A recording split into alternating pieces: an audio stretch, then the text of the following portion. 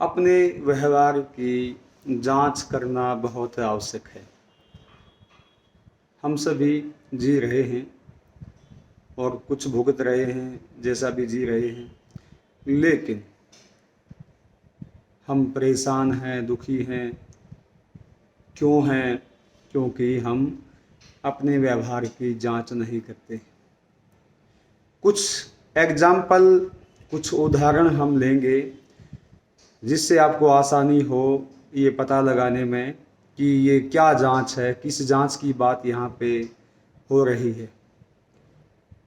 मान के चलिए, अभी हम अपने ही परिवार में बैठे हैं।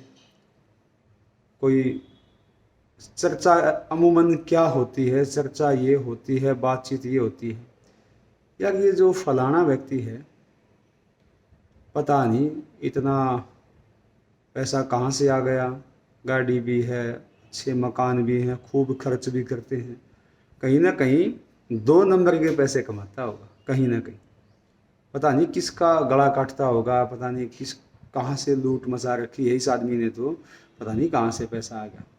चलो हमने किया है, पर चलो हम तो उसके बाद में हमने बात क्या छेड़ी, अब की बार तो वैष्णो देवी चलेंगे, भगवान के दरबार में चलेंगे, माता के दरबार में। अब की बार तो हरिद्वार जाएंगे और हाजिरी लगाएंगे परमात्मा के उसमें। हाँ, फिर बीच में याद हमें आ गया कि यार पता नहीं ये आदमी है ना, इसका व्यवहार बिल्कुल अच्छा नहीं है। ये तो मांस मिट्टी भी खाता है, ये शराब भी पीता है, लेकिन फिर भी भगवान पता नहीं इसकी कितना सुना है, कैसे सुना है। इसके पास तो ये भी आगे न बढ़ता जा है, धन दौलत जुड़ता है जा है, ये पता नहीं कैसे हो रहा है। हाँ, हमने इसके अलावा फिर बाद में फिर से हम धार्मिक हो जाएंगे। अब की बार जो है ना, मैंने तो घर पर सत्संग करवाना है भाई। मैं नवरात्रि भी आगे तो जगराता भी करवाएंगे। उसके बाद फिर से हम यहाँ से हट जाते हैं। उसके बाद फिर से बैठा है परिवार अपने साथियों में, अपने मित्र मंडली में हम बैठे हैं। उसके बाद फिर हम ये छेड़ेंगे, यार ये आदमी अच्छा नहीं है, पता नहीं सब ने दुखी रखा, अपने परिवार को दुखी रखता है। कुल मिला के ये जो एग्जाम्पल मैं आप लोगों को दे रहा हूँ आपके लिए, ये इसीलिए है कि एक तरफ तो हम अध्यात्म में भाग लेते हैं, धर्म की तरफ भाग लेते हैं कि थोड़ी देर में धर्मात्मा हो जाते हैं, कुछ ही देर में जो हम भटक के जो है ना, लोगों की आलोचना में, वो ऐसा क्यों हो गया, वो इतना बड़ा नेता हो गया, इतना बड़ा उसके बच्चे कामयाब हो गए, उसके पास इतनी धन दौलत है, कितनी बातें हम, क्या आप ही बताएं, आप ही से पूछ रहा हूँ, क्या ये हमारा विषय है? बिल्कुल भी नहीं है।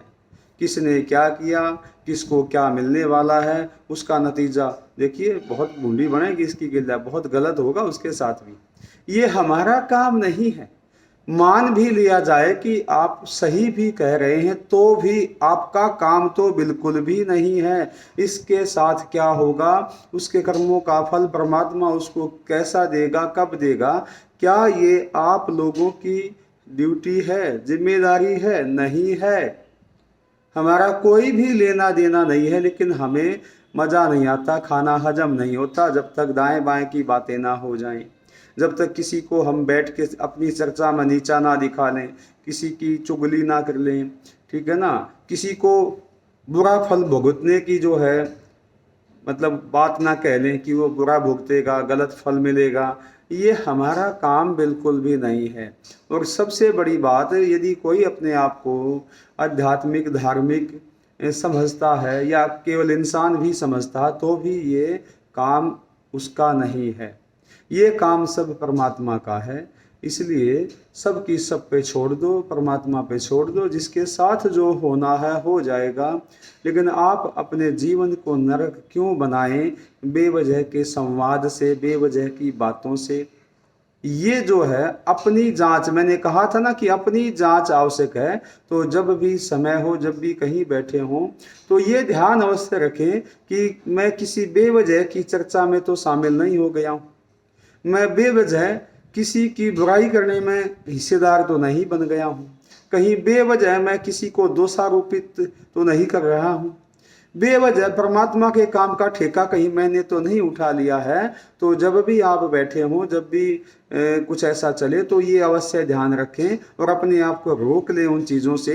ये रोकना जो है आपको अच्छी दिशा में अग्रसर करेगा। आप अच्छा जीवन जीने के लिए जो है अच्छा जीवन जी पाएंगे आप।